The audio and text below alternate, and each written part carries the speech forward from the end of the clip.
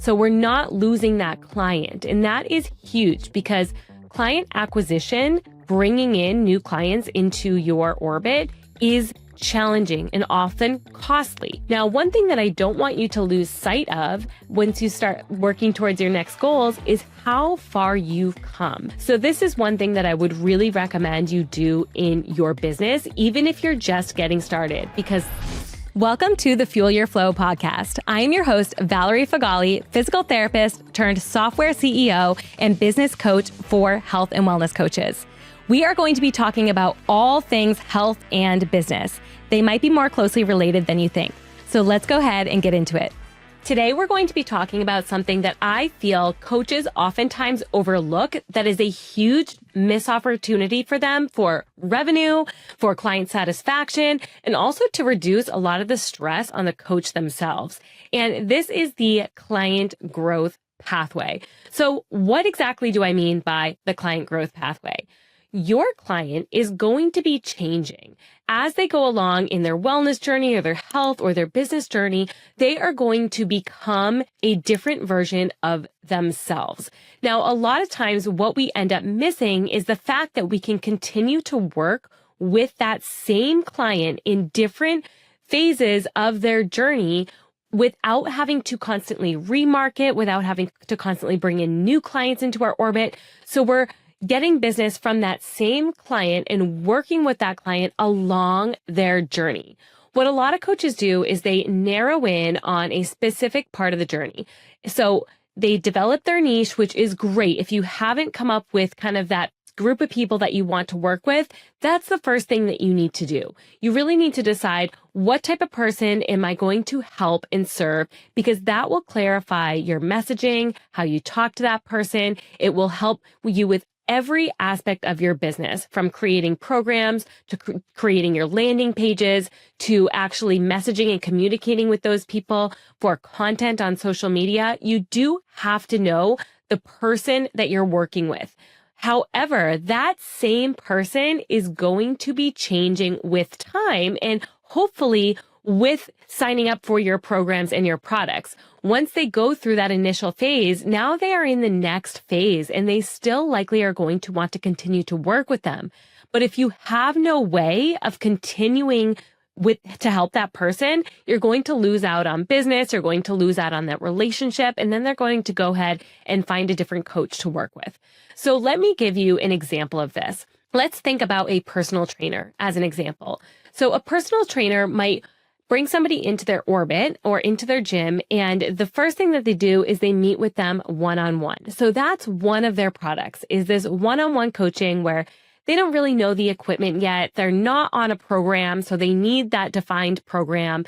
They're not really sure about their goals, so the coach is really helping them create meaningful goals. So those kind of beginner level stages where people first get in with the trainer and they need to kind of develop that routine and that knowledge of form with their exercises and really just hone in on what is it that they're trying to achieve. So that's the beginner program, that one-on-one, high touch, a lot of contact with that person.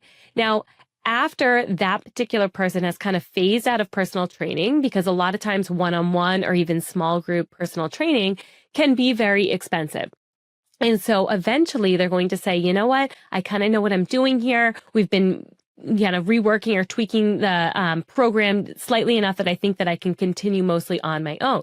So that person at that point, if you allow them to, would just kind of leave your orbit. Now, they might stay at the gym you're working at or that you own, but they're not necessarily going to be doing that one-on-one training anymore. And so you're losing a lot of that revenue, a lot of that income, and losing that relationship potentially. So one thing that a personal trainer could do is they could then move them into a different program, such as a membership or maybe a group coaching program.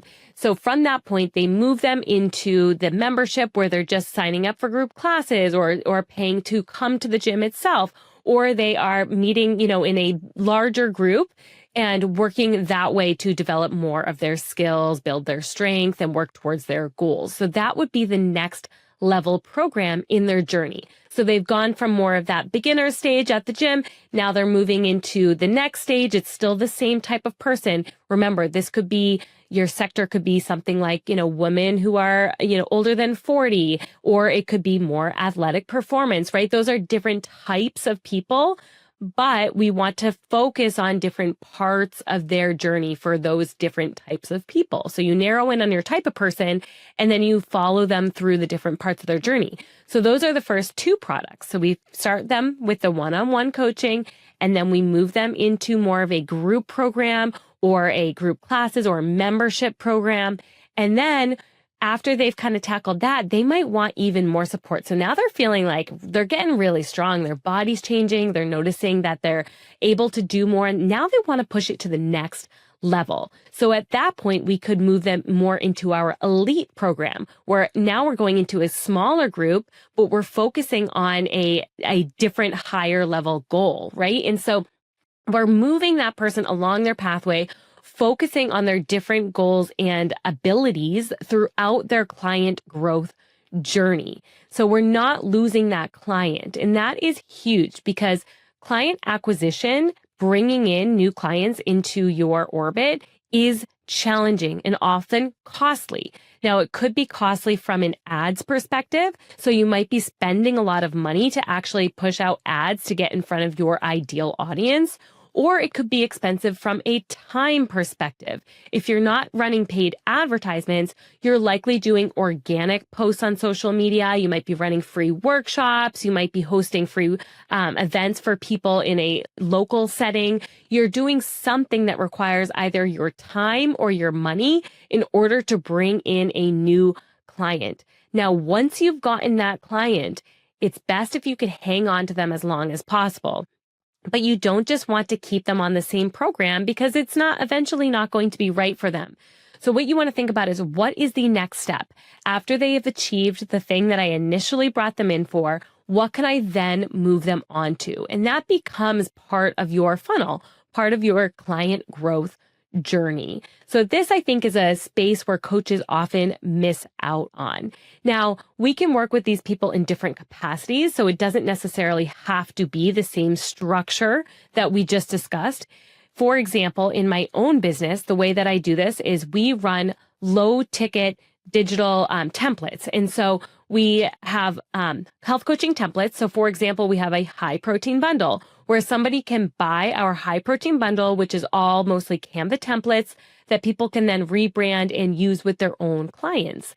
Now, after that, we move them into our membership program, which is a huge content library. It's a whole entire meal planning software where they can create customized plan, they can rebrand everything, and they can manage their client. And so that is the next level program. So they start with that lower ticket offer, which is usually for newer coaches. They just don't have any sort of content library yet. They need one or two things to really get started with, to be able to give to clients, to show that they are professionals, to show that they know what they're doing, and to have a plan for their client to actually work on and be able to achieve a specific goal. And so we have those low ticket programs, and then we move them into a membership program, which is a ton more content, but that is a recurring fee. And then after that, we have our membership mastery program, which is for a sector of those people who now want to scale their business to the next level with monthly recurring revenue, which is a huge, incredibly massive value add to their business.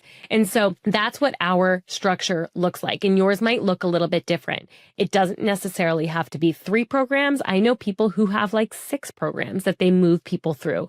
I also know people who do very well with 2. But you want to think of more than one thing for your client in order to really acquire them as a client and then push them through to the next levels and continue to work with you and continue to really grow on their own skills and really achieve a goal that's much higher than what they initially had when they first came in with you. And that's something to think about as a coach as well. A lot of times we start our businesses with a certain goal in mind, and that's something that hopefully we achieve. And then once we achieve that, we work on the next goal.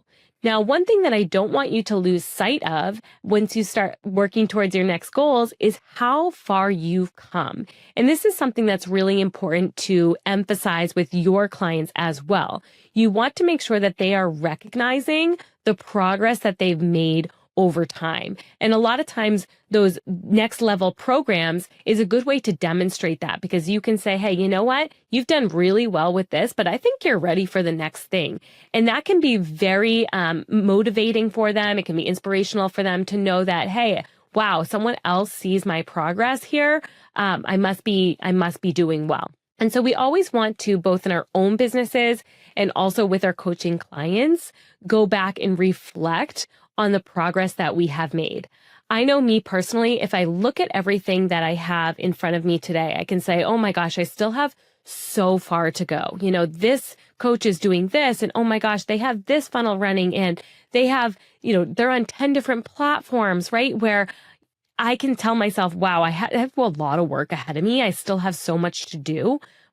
But if I take a second and I reflect back, and I try to do this every quarter, I try to reflect back on what happened in the last 3 months, 6 months, year, and then since I started my business. And I really try to look back on everything that I've accomplished during that time. And when I actually start writing these things down, it's incredible to see the amount of progress that has been made that otherwise would have been forgotten about or ignored if I was solely focused on the future. So this is one thing that I would really recommend you do in your business, even if you're just getting started, because 3 months goes by very, very fast. And it's easy to say, wow, I'm getting nowhere. I don't have the amount of clients that I wanted to have at this point. I'm not making the progress that I wanted to make. But I encourage you to sit down for at least 10 minutes. It doesn't have to be a long time, and just journal on the things that you have accomplished in the last 3 months, 6 months, and then year as your business moves into those different phases. And you will end up seeing that you have come so far. Even the little steps of just setting yourself up on Instagram, reaching out to certain clients, that is progress. It took me 2 years in my business to actually start making money in my business. And yes, I was acquiring some clients, but it costs money to run a business. And that's one thing that I didn't really put as much, I didn't know as much when I first got started that it was going to cost as much as it does to run an online business. I figured, wow, very little overhead, which it can be very little overhead. However, as things start to stack up and as you get more clients, you realize I need more tools. I need a place to manage these clients. I need somewhere to record videos. There's so many subscriptions that you need in order to really run a successful business. And honestly, those tools are necessary. If you try to do it without it, you're just going to be spinning your wheels. So anything that makes you more efficient in your business is generally a good investment. And so you need to have those investments, but that also means that you need to have more clients in order to kind of cover that cost. But in the beginning, it takes a little while to ramp ourselves up with this. And like I said, it took me 2 years to really start making profits in my business. And then once that started, it was like a fire, right? It was like everything kind of sparked and everything took off very quickly after that. But if you're in those initial phases, I want you to focus on really continuing to put one foot in front of the other so that you can get to a place in your business where you feel comfortable. And then when you get there, don't forget to look back and reflect on how far you came. So I want to take it back to this client growth circuit, because that's very much the way I want you to think of your business as well. As you can see, we're kind of tying in these pieces of as our client moves through the journey, we too are moving through the journey in our business.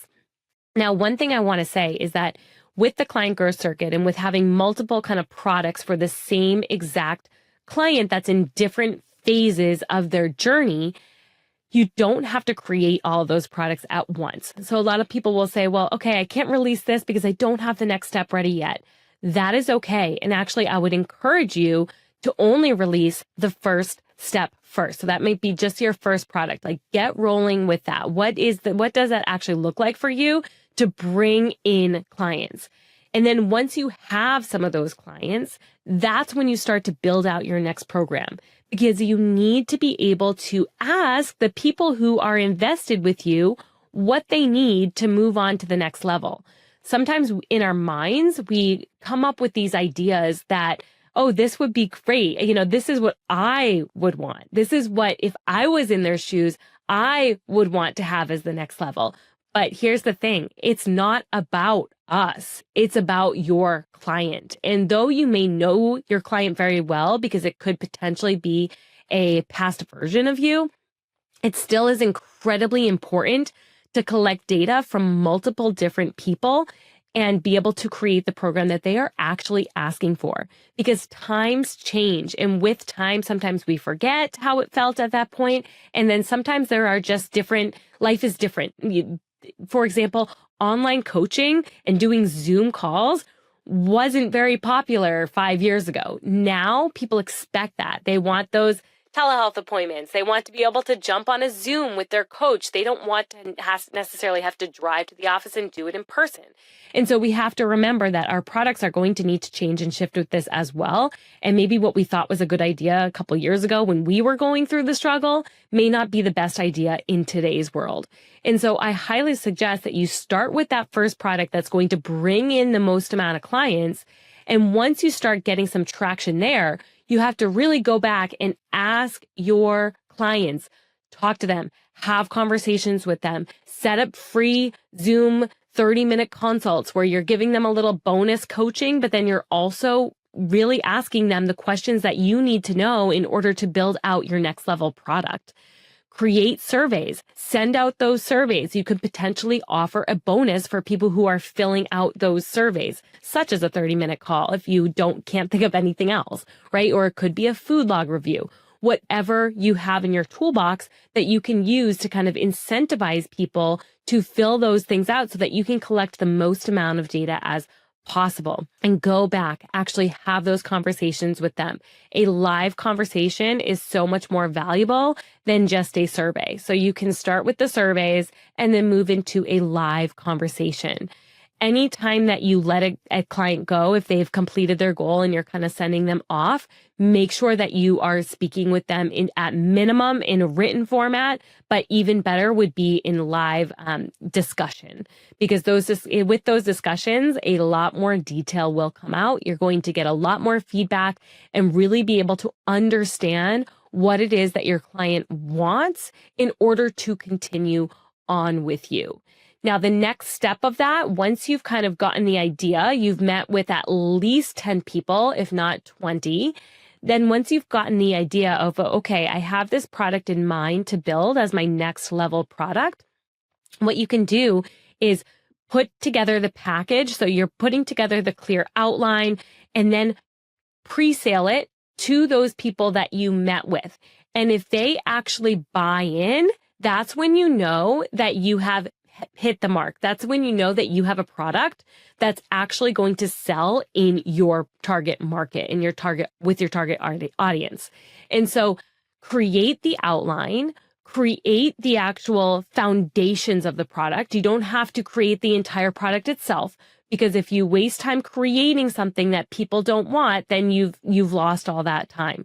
So get the ideas from your ideal client, go to the drawing board, create the outline, create the kind of minimum viable product. And what I mean by that is it's a product that you can pull people into without it being the end result. So for example, if you're creating a 12-week program, you might create week 1, right? Create week 1 so that when people get in, they have immediate access to something and something to get started with. And then you start to build out from there. And I would make sure that people are actually buying into that minimum viable product before you create the entire thing. And that can be very scary for coaches. When I tell coaches to sell a program that's not fully done, it can cause a lot of anxiety. But I'll tell you that it's way easier to build once you have people invested in it than it is beforehand. Because again, you have those people to go back to get ideas from, to validate your outlines, your ideas for moving forward, and it creates a product that people actually want. And when you have those ideas from those people, you're not coming up with it all from your own creativity in mind. They are helping you actually create your program. And so building, selling a undone product is scary, but I'll tell you, it really truly is easier, and it gives you a deadline. And when people have a deadline, they move so much faster.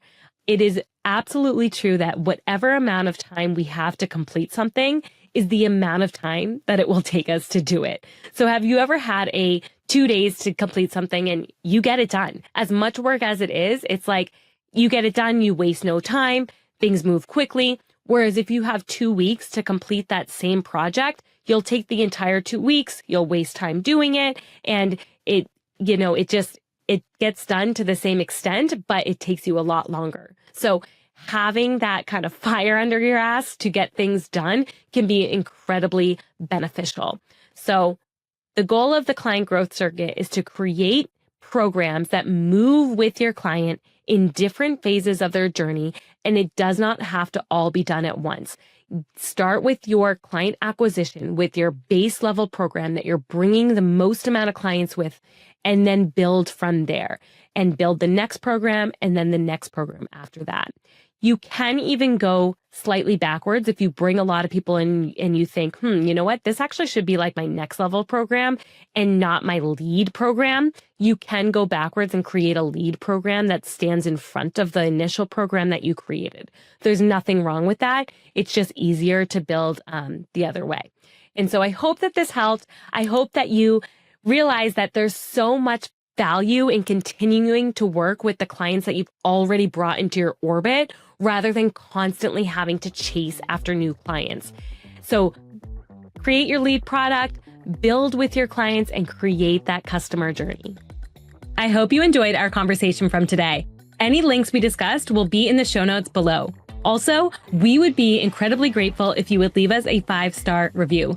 This helps us keep the podcast going so that we can continue to provide value for all of you. I hope we see you on the next one.